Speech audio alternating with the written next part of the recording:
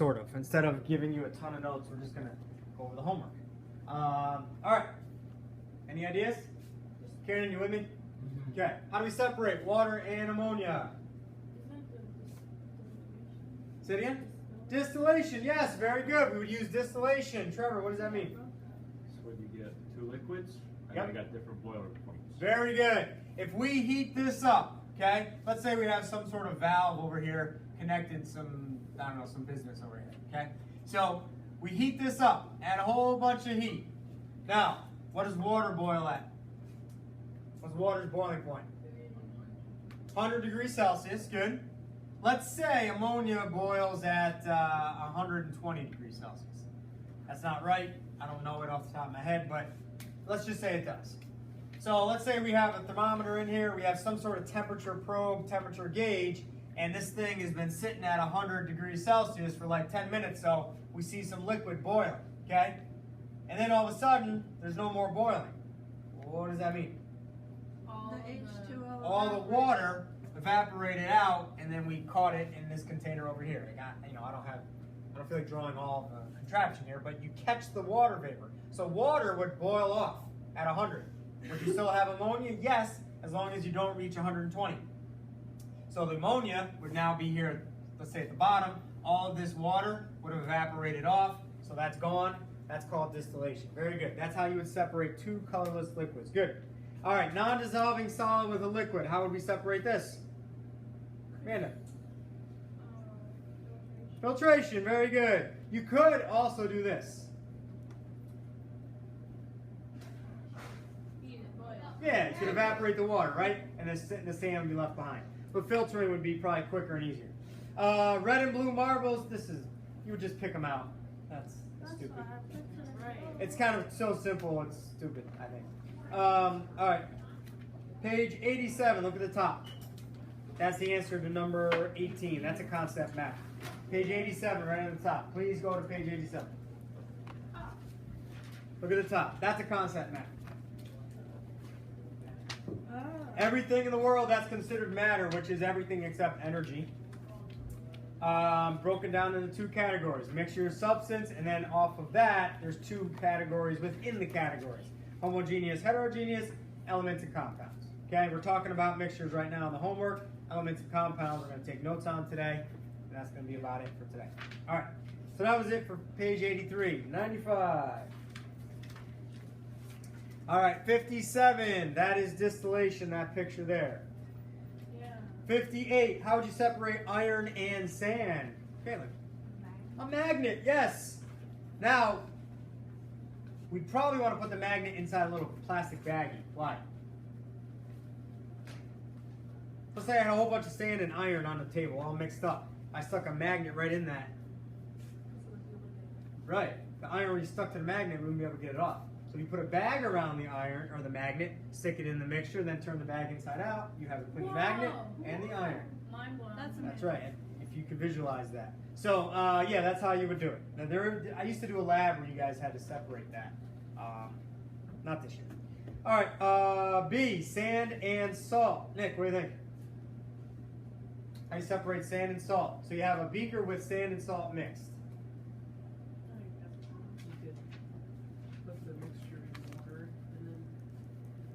Put the mixture in water, so you have sand and water. So it would kind of look like this, except imagine this would be salt water. How would I separate the salt from the sand? So you're one step closer. You could, but then you'd have salt and sand again. So let's say this is salt water with sand at the bottom. What can we do? Filter it first. Get the sand. Put that to the side. Salt water goes through. How do we separate salt from water? Evaporate the water. Very good. All right, components of ink, chromatography. We're doing it right up here. Components of ink. And I don't think the water climbs fast enough, so tomorrow I'll let it sit here, and then tomorrow I'll show you what it looks like. Helium and oxygen gas. All right, so now this was water and ammonia. Let's say we had a different container with oxygen and helium. Okay, this time we have gases. Caroline's going to tell us how do we separate two gases. So two liquids, we heat it up, one boils, one doesn't. That's, I think, easier than this.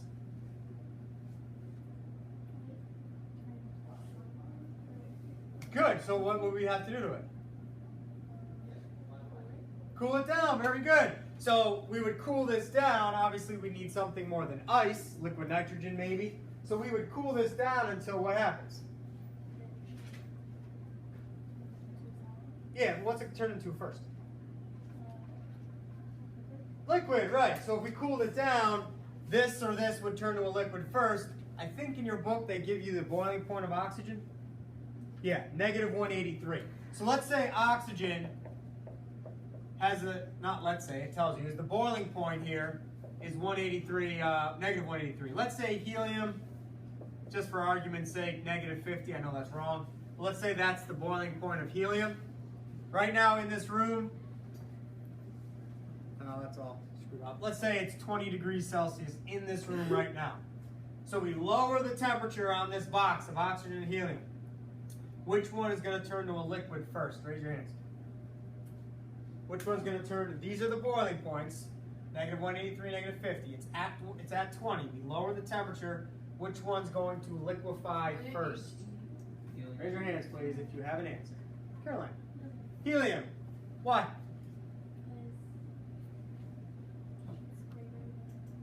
It has a higher boiling point, is what you're trying to say. Yeah. So 20 to 0, then 0 hits negative 50 first. So helium would liquefy. Let's say we had some sort of valve down here. All the helium comes out, close the valve, you still have oxygen gas in the box. So you have oxygen gas and liquid helium. So that would be one way to separate a mixture of gases. That's kind of a hard question, I think.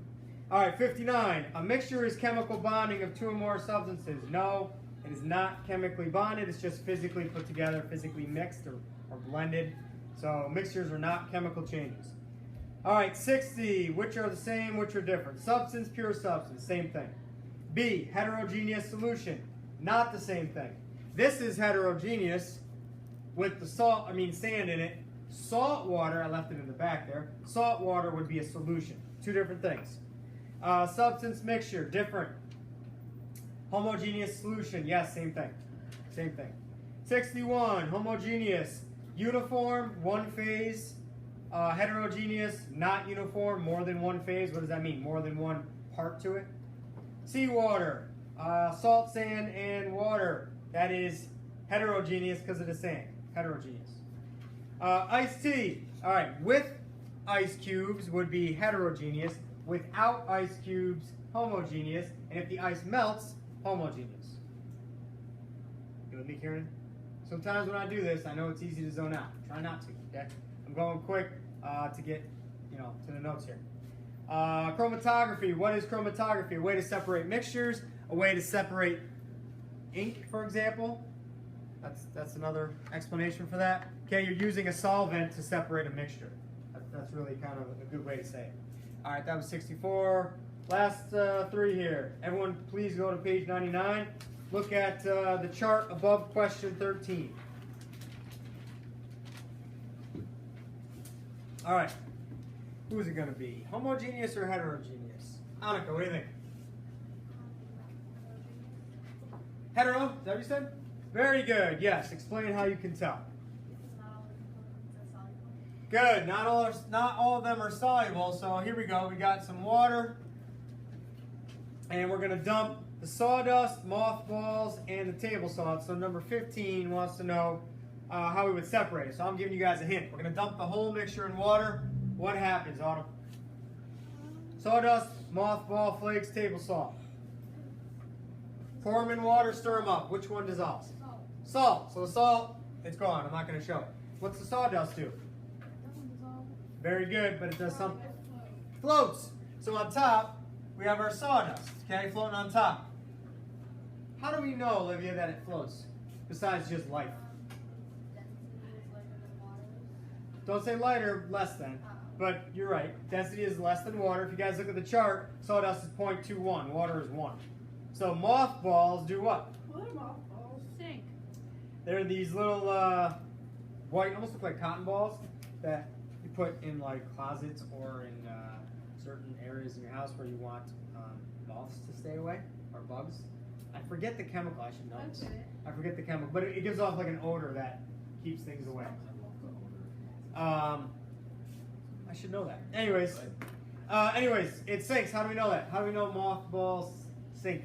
Because it's got a density less, More than 1. It's 1.15. It's right there on the chart. So mothballs, here we go. They're at the bottom here. Wow. Okay? They sink. Okay. How do we separate that? You can, well, evaporate for the solid. Well, if we evaporate, then everything's back at the bottom of the beaker altogether. Okay, filter? Yep. Filter what? So, Yeah, couldn't we use like a like a net. yeah, like a this thing, like That's a holy Strainer. cow, strainer. Thank you. Yeah. You said that. Me. Good job. Some sort of strainer, very fine. Scoop the sawdust off the top. Then what? Then drain it out. Then we can Separate. filter with maybe filter paper, Yeah. which is like almost like wow, I'm really losing it today. Coffee filter, kind of the same concept. Water, salt water goes through. Mothballs will be on top. Salt water drips through. What do we do then? Evaporate. Then we evaporate, right. All right, that's it for 15 and 17. The answer is B. Filtration depends on differences in sizes of particles. All right, you can put the books back and take out your notes. Please put them back in an orderly fashion.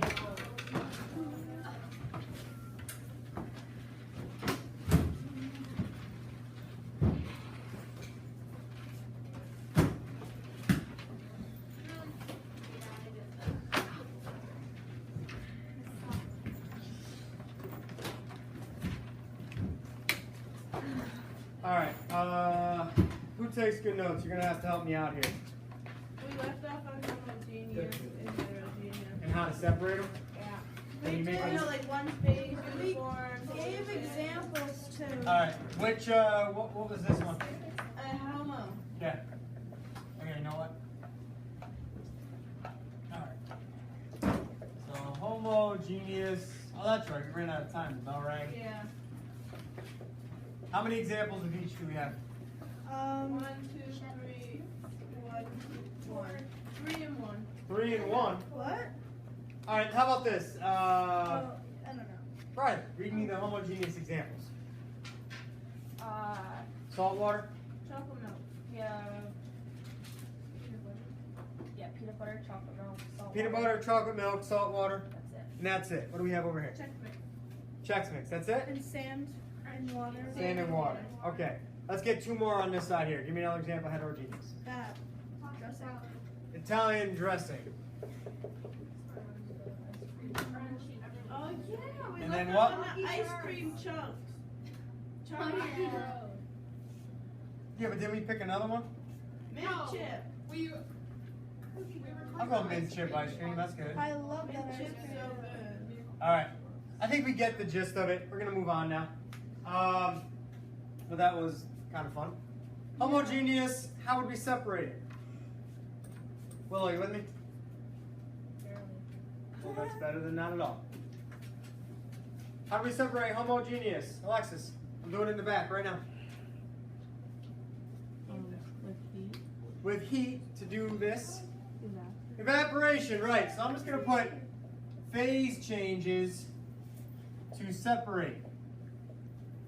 Okay, so to separate homogeneous, it would be freezing, boiling, condensing, evaporating, subliming, depositing, whatever ones I missed. So if you have a mixture of liquids, you would use distillation, right? I'm just going to write that as a separate one because that's kind of the one the Regents always talks about. Okay, so distillation, a liquid, a mixture of liquids, you would separate using different boiling points. That's what distillation does. All right, and then like Caroline answered, if it was a mixture of gases, you would cool it until it formed a liquid or solid. Then you would drain it that way or separate it that way. So, anyways, those are all phase changes for homogeneous. What about heterogeneous? What could we do to this thing again? Filter. Filtering is the easiest way for heterogeneous. So filter to separate. I'm going to add one more here. Centrifuge. Anyone know what that is? Spinner. It's a spinner. Yeah, explain, Trevor. Spits things. It spins things. Yes, I actually have a bunch. So it's this container. It's kind of roundish with these little holes connected to this circular metal piece. These little holes are to hold test tubes. You put the test tube in the hole, test tubes are hanging. Kind of like, I think there's a ride at like fairs or maybe Great Escape, I don't know, where people hang and then it spins and they swing out to the side. I was thinking like grabbing a little kid and kind of doing this and letting go. See what happens. Yeah, when you spin little kids. Swings. Yeah, what are you talking What about? do you mean a swing? No, swings don't spin. Yes, they do. I'm thinking old school swing, like push the little kid, swing back and forth. Well, you're talking about the Great Escape. You think they have swings like that at the Great Escape? I don't know what's there. I haven't been there in a long time. So, sure, does it rotate? Yes, it Yes. does. And are you hanging? Yeah. And you I go mean- out and you're like, woo, this is Yeah. awesome. All right. I mean, like, Okay. yeah, I guess. Yes, that's what a centrifuge does. So you are hanging there, the test tube's hanging, and it spins. And the test tubes start going out to the side. Okay, now why do they do that? It separates things based on density. So, for example, if you get your blood drawn, send it to a lab, a hospital, they may spin it in a centrifuge to separate the dissolved particles in your blood into density. Where would the denser ones be? At the top or the bottom? Remember, it's spinning. Bottom. So the denser ones at the bottom, lighter, less dense. I said what Olivia said. The less dense would be at the top. So anyways, do you need to know that for a test or a reagent? Probably not, but I think you should at least have heard the term. That's what a centrifuge does. So that's separating heterogeneous. That's about it, really, because this explains a lot. Phase changes, distillation, filtering, centrifuge, okay? And if you have a mixture that is heterogeneous and homogeneous, so there's salt water in here, you would do both, okay? You would do both. You get that. We went over the homework. All right, so that's that. We're done with that. How much time do we have left? Oh, perfect. 10 minutes. Plenty of time. All right, substances. Here we go. There's two types of substances, elements, and over here we'll do compounds. So, substances, elements, and compounds. All right, elements. Elements are the simplest form of matter. They're called the building blocks. Building blocks of matter, right? I've given you that terrible, terrible joke. You can't trust atoms. What? I said this. You can't trust atoms because they make up everything. So atoms are the simplest form of element. So if I was holding, I don't know, let's say this is made of iron. Well, there's like millions of iron atoms here. So if I was to isolate one atom of iron, that's what I'm talking about. Simplest form of matter, building blocks of matter are the atoms of elements. So simplest form, building blocks of matter. So if elements are the simplest form of matter, can they be broken down? No. No, there's nothing simpler. So elements cannot be broken down. Who wants to argue with me? Trevor? Yes. Figured you want to argue with me on that one. Explain. Diatomic elements can be broken down.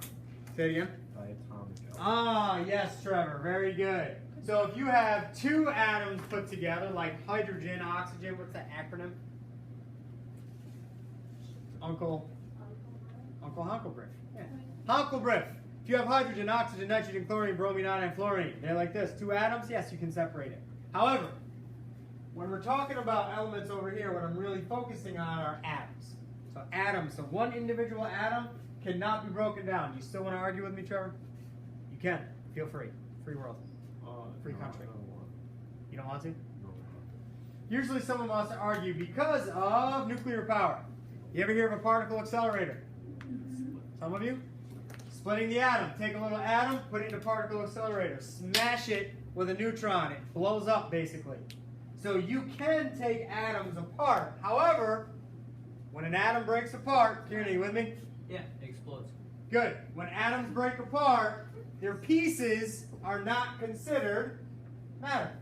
So therefore, even though those pieces can do other things and convert it to energy, this phrase is correct. You cannot have a simpler form of matter, but atoms can be broken down, but it's only temporary, and that's nuclear power.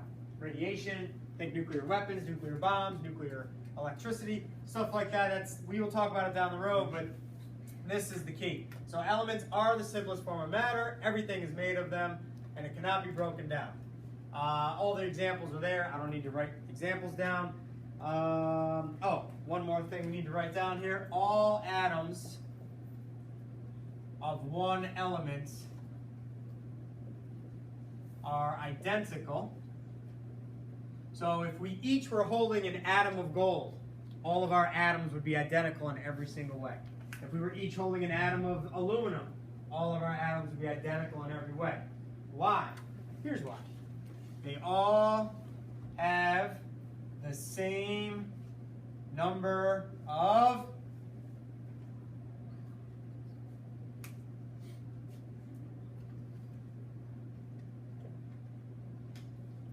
all atoms have the same number of who said it? Me. Protons. Very good.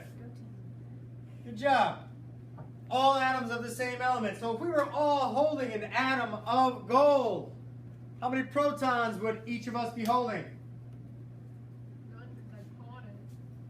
Well, you wouldn't be worth very much. Same amount. Say that again, Kieran.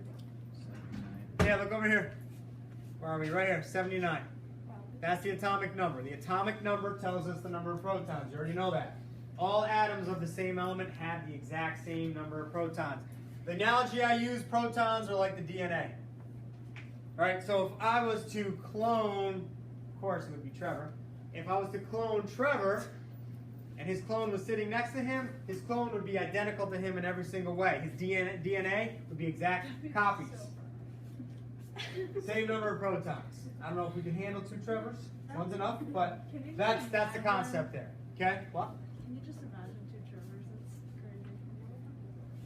No, I can't. Wait, so who would be in charge You'd of have what double party? the drawings on the board, though.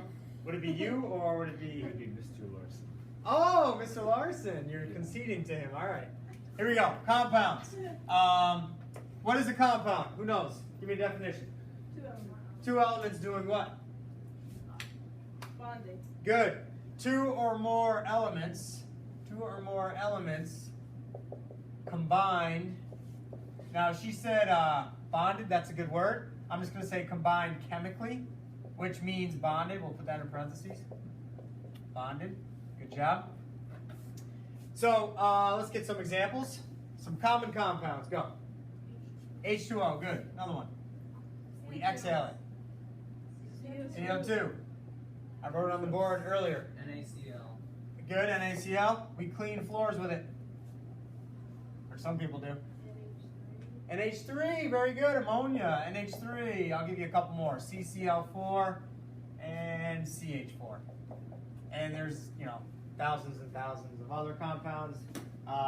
But those are some common ones. These are all compounds, okay? Two or more elements combined chemically. All right. Can you break a compound down? Yeah. Into what? Elements, right. So compounds can be broken down. All right, Jake. Say I'm holding a grain of salt. And I have a really, really, really small, really, really, really sharp knife. And I saw my NaCl crystal in half. Will I get Na and Cl?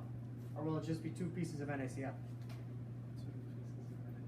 Okay, good. So can I break down compounds physically by cutting, smashing, boiling, dissolving them? Will that break them down?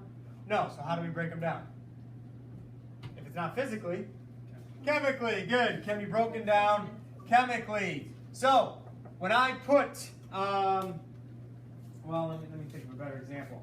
I eat a banana every morning. If I let a banana just sit here for about 2 months, what's going to happen to it? It'll turn black. It's going to do this. Rock. Give me a word in chemistry. It starts with a D. Decompose. Right. That's how you break down chemicals. That's how you break down compounds. Usually decomposition is the word. So you decompose it. You would take water, for example, and split it into hydrogen and oxygen gas.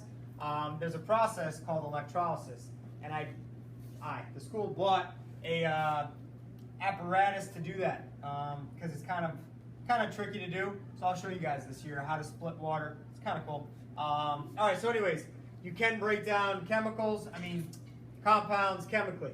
All right. Compounds are uniform in composition.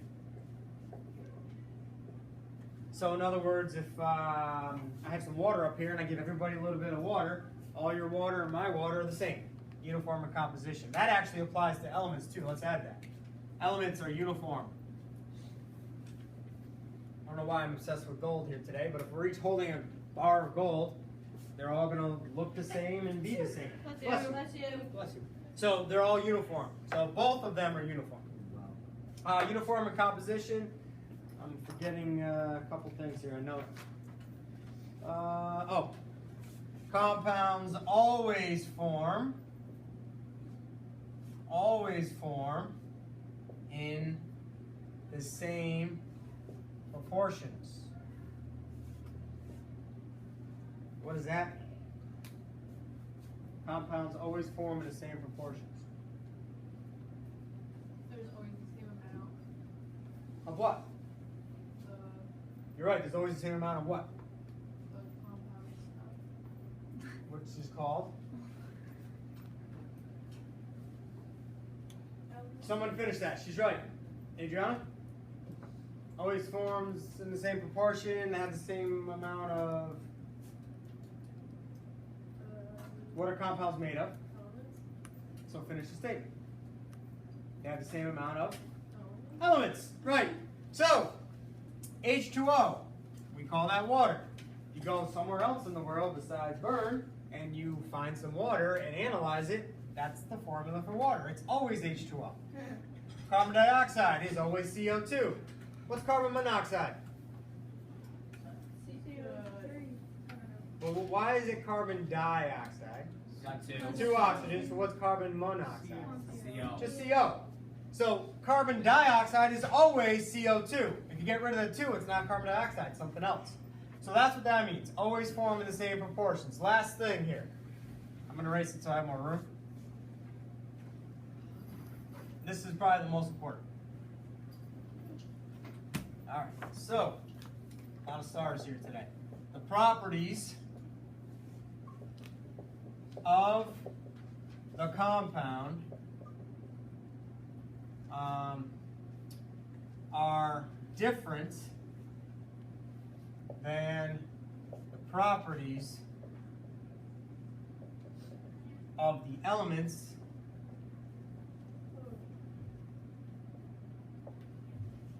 that make it up. Or another better way to say that, a more educated way to say that, of the elements that comprise it. Comprise it means make it up. So the properties of the compound are different than the properties of the elements that make it up. Let me explain. You guys can pack it up when you're done with that, as long as you're still paying attention. I'll give you 2 examples.